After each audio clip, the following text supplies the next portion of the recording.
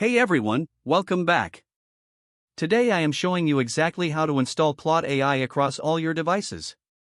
In 2026, Anthropic has moved far beyond just a browser tab, releasing native apps for desktop, mobile, and even a powerful command line tool for developers. So let's get right into the installation guide for March 2026.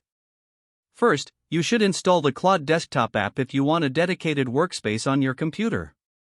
Head over to the official Claude download page and grab the installer. .dmg for Mac, Mac OS 11 Plus, or .exe for Windows, Windows 10 Plus. In 2026, the desktop version is a game changer because it includes Codework, a feature that allows the AI to help with local file automation, and a dedicated code tab that lets you work on scripts without needing a separate terminal.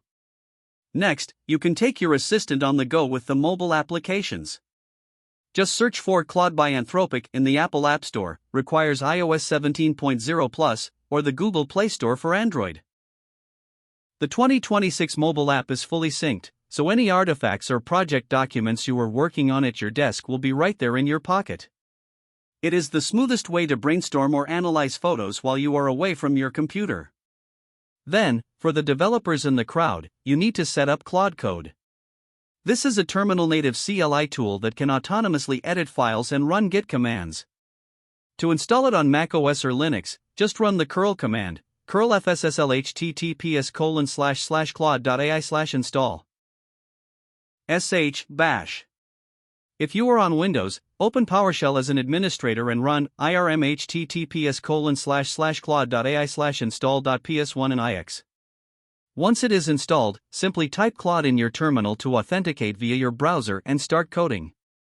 Finally, you should integrate Claude directly into your IDE for a seamless workflow. If you use VS Code, search for the Claude Code extension by Anthropic in the marketplace. For JetBrains users, you can find the same official plugin in the JetBrains marketplace. A pro tip for 20.